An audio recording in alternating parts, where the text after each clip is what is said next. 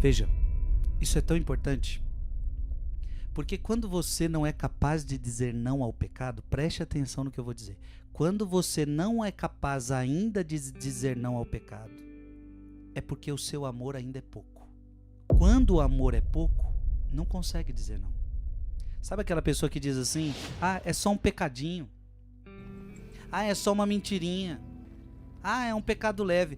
Quem fala isso é porque não ama tanto. Porque quando você ama, você não quer cometer nem a falta pequena. Amar não é só dizer sim.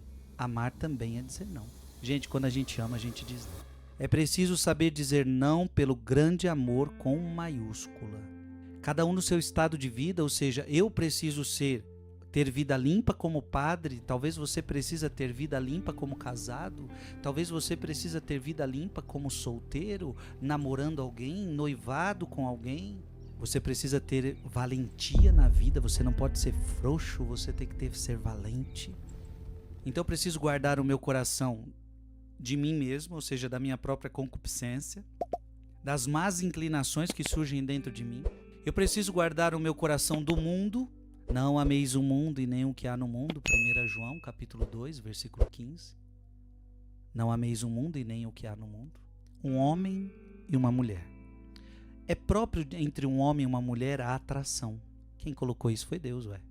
Então o homem se sente atraído pela mulher e a mulher se sente atraída pelo homem. Isso é normal, isso é natural, isso é bonito. Aí vamos dizer que num relacionamento onde não possa haver o relacionamento, por exemplo, entre um padre e uma mulher, entre o religioso e uma outra pessoa, entre você que é casado e outras pessoas envolvidas.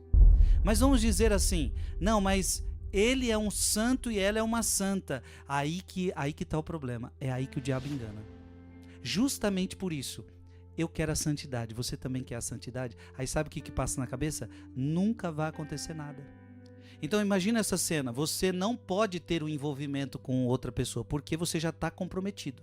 Então, por exemplo, eu padre, eu já estou comprometido com a igreja, então eu não posso ter um relacionamento com uma mulher. Você que é casado, você já está comprometido com seu marido, você já está comprometido com a sua esposa, você não pode ter outro relacionamento. Por exemplo, você casou, e aí você diz: eu prometo te amar, te respeitar por toda a minha vida. Então amar é sim, sim, sim. Neste caso, o amor é um sim. Eu te aceito, eu te aceito. Você aceita recebê-la como esposa? Sim. Você aceita recebê-lo como esposo? Sim. Você promete ser fiel por toda a vida? Sim. Neste caso, o amor é sim. Mas há casos que o amor é não. Por exemplo, vocês casaram. Aí em cima deste homem virá uma outra mulher dando em cima dele. E essa mulher vai dizer: eu gosto tanto de você, eu quero ficar com você, mas eu sou casado. Não, para mim não importa, eu quero ficar com você mesmo assim. Se você ama a sua esposa, você vai dizer para essa mulher: não. Veja, isso é tão importante, porque quando você não é capaz de dizer não ao pecado, preste atenção no que eu vou dizer. Quando você não é capaz ainda de dizer não ao pecado, é porque o seu amor ainda é pouco. Quando o amor é pouco, não consegue dizer não. Quando o amor é muito, aí você consegue dizer não. Quando você está buscando a santidade e o outro também, só que são de sexos opostos. Então, naturalmente, existe uma atração. Naturalmente. Só que você diz assim: não, mas eu estou no caminho da santidade, eu não tenho segundas intenções. A outra pessoa a mesma coisa: eu estou no caminho da santidade, eu não tenho segundas intenções.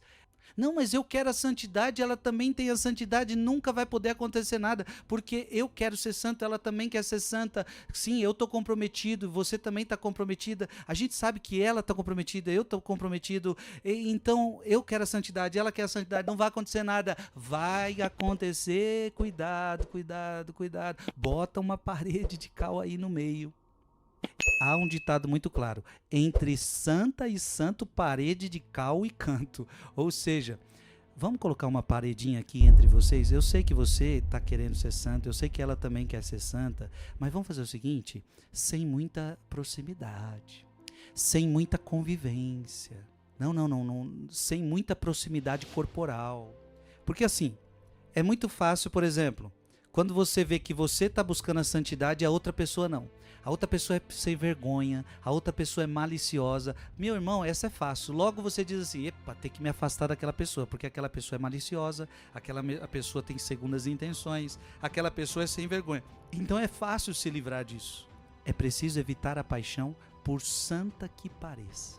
Então conselho para você, por mais santa que aquela pessoa pareça, se você está comprometido, e é um sexo oposto ao seu, ou seja, naturalmente se tem atração, tome cuidado.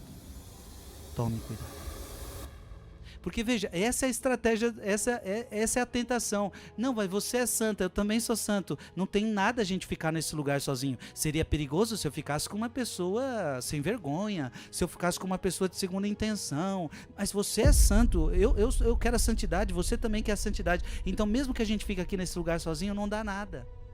Temos de guardar o coração, minha gente, temos que guardar o coração. Eu que sou padre, você que é religioso, você que é casado, todos temos que guardar o coração e os sentidos.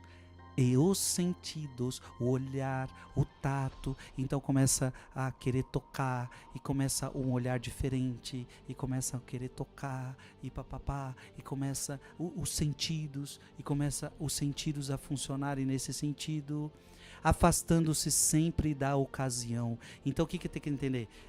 Não é bom se aproximar da ocasião. Então, porque eu sou santo, ela também é santa, a gente começa a ficar em lugares sozinhos. Todos precisamos ter vida limpa, valentia, é preciso saber dizer não. Tome cuidado, ou seja, seja prudente. Evite as ocasiões perigosas. Não entra nessa que não existe ocasião perigosa porque eu sou santo e você é santa. Não, também com os santos, também com aqueles que querem a santidade, evite, para você não perder sua vocação. Eu como padre, você como casado, você como religioso, porque eu já vi muita gente perder a vocação por causa disso, muita gente. Essa estratégia do diabo, ela é muito poderosa. E justamente porque ela engana. Ela engana porque você confia muito. E quando você vê, você já está envolvido. A gente vai ver muita beleza. Mas nem sempre as belezas fazem bem também para nossos olhos. Então assim, você verá muitas mulheres lindas, mas talvez até mais lindas que a tua. Homens mais lindos que o teu, mas é preciso vigiar o olhar. Veja, são belezas, é uma criação de Deus, ok? Essa mulher linda é uma criação de Deus, esse homem lindo é uma criação de Deus, mas não é porque é belo aos olhos de Deus, não é porque é coisa linda, nem sempre vai fazer bom, eu tenho que fazer bem, no sentido de que eu preciso sempre estar vigiando, vigia, todo dia, toda hora. Quem ama não quer nem um pocão, nem um pouquinho. Quem ama não quer nem muito, nem pouco. Quem ama a mínima falta, machuca o seu amado, fere o seu amado. Então imagina a mulher, ela trata mal o marido. Mas só foi um pouquinho que eu tratei mal. Mas só foi um pouquinho que eu briguei com ela. Sabe aquela pessoa que diz assim, é só um pecadinho. É só uma mentirinha. É um pecado leve. Quem fala isso é porque não ama tanto.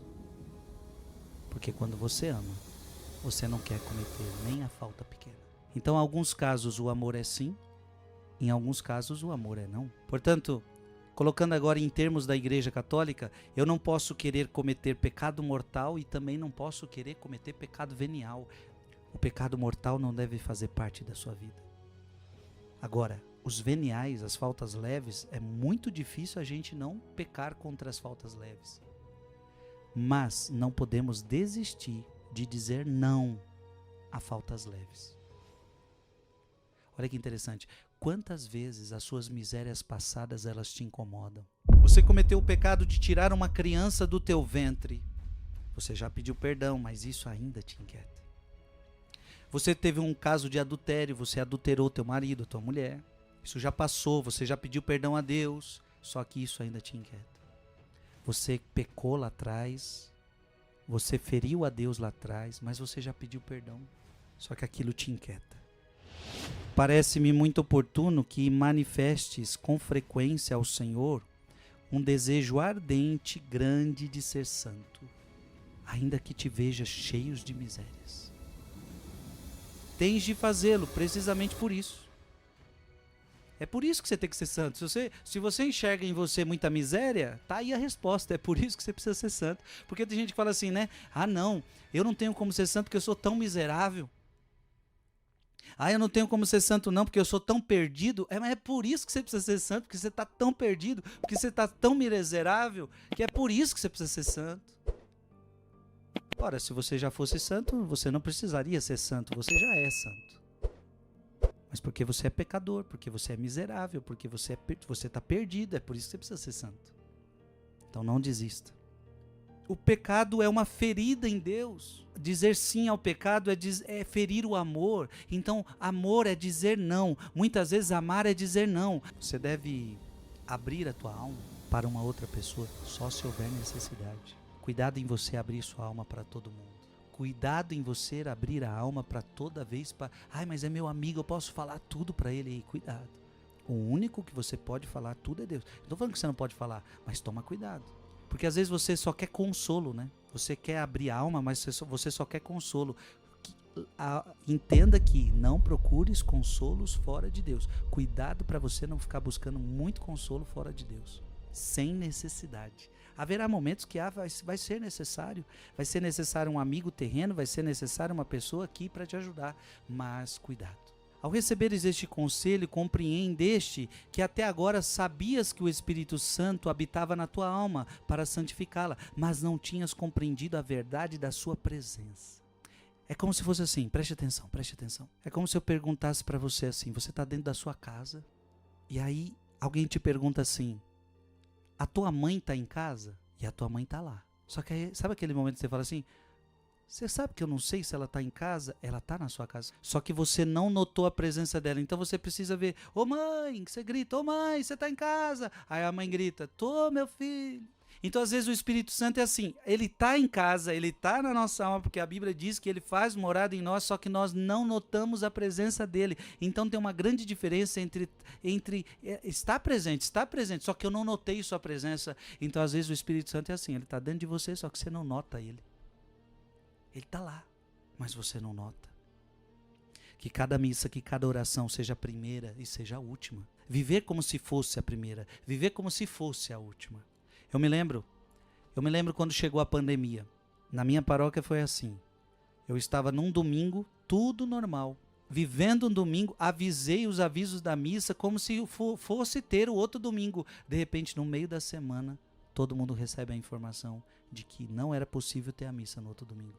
E olha que interessante, ninguém sabia que aquele domingo era a última missa de uma longa jornada.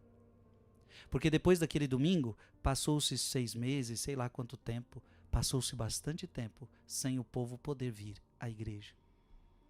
A pergunta que eu faço, será que aquelas pessoas que estavam naquela missa, elas participaram com aquele amor, dizendo assim, hoje é a última missa, porque daqui a pouco nós não vamos poder ter mais, e se eles soubessem, eles participariam com todo o coração, com toda a alma, mas a gente às vezes não pensa nisso. É mais uma missa. Eu celebro a missa todos os dias. A missa pode se tornar mecânica, não se eu celebrar como se fosse a primeira vez. E como se fosse a última ocasião em que pudesse dirigir-te ao Senhor. Então, como é bonito, eu já te dou esse conselho. Participa da missa. Pensa assim, é a primeira vez que eu estou participando dessa missa. Como é que eu ia participar? Mas o mais bonito ainda, é a última missa da minha vida. Como é que eu vou participar? Aliás, você não sabe se vai ser a última. É por isso que você tem que participar nesse desejo. Na missa, quantas pessoas estão querendo que a hora passe rápido? Nós também deveríamos desejar em cada missa que fôssemos, em cada missa que nós vamos, nós deveríamos dizer, tomara que a hora pare, porque eu vou ouvir a palavra de Deus, eu vou comungar Jesus Cristo estará dentro da minha alma, mas que infelizes que somos nós, que vamos para a missa já pensando na hora que essa missa vai acabar. Na missa, quantos são aqueles que aconteceu um canto demorou, o padre demorou para falar, esse padre não para, gente que quer ir embora rápido. Existem igrejas que se o padre demorar 45 minutos a missa, se ele demorar 2, 3 minutos a mais, o povo vai embora sem a bênção. Você tem afazeres? Tenho, mas enquanto eu estou ali, eu queria que se eternizasse. Sim, essa missa precisa acabar, mas que ela dure o quanto que ela puder, que nós permaneçamos aqui sem pressa, sem pressa, sem pressa. O nosso amor é tão pequeno, o nosso amor é tão mesquinho.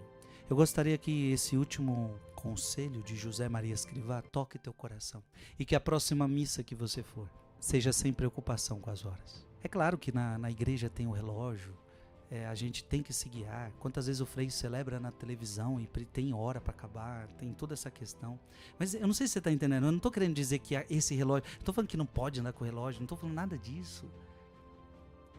Claro que eu também tirei o relógio, não só por causa disso, por favor, eu tirei o relógio porque já me incomodava aquele acessório. Hoje em dia a gente tem um celular, prefiro olhar no celular a hora. Mas eu quero dizer o seguinte, que na missa, quanto menos eu olhar para a hora, melhor. Quanto menos eu tiver apegado a tempo, melhor. E veja, não é porque a gente quer ficar enrolando na missa não, com coisa à toa, não. É porque a gente quer ficar com quem a gente ama, a gente não está preocupado com hora. Então vamos cumprir toda a liturgia da igreja, vamos rezar a liturgia da igreja bem rezada, bem cantada, e não temos pressa, vamos fazer tudo que tem que ser feito do jeito tranquilo, compassivo, com silêncios, com cantos, com orações, com escuta da palavra, com ação de graças, e vamos fazer isso com amor, porque é bom estar aqui. A missa, gente, é o maior ato de amor de Deus por nós. A missa é a entrega de amor de Deus por nós. Então que a sua próxima missa seja uma missa onde você não está mais preso a horas, porque quando se ama, gostaria-se que o tempo parasse. Amém? Que Deus te abençoe, em nome do Pai, do Filho e do Espírito Santo. Amém.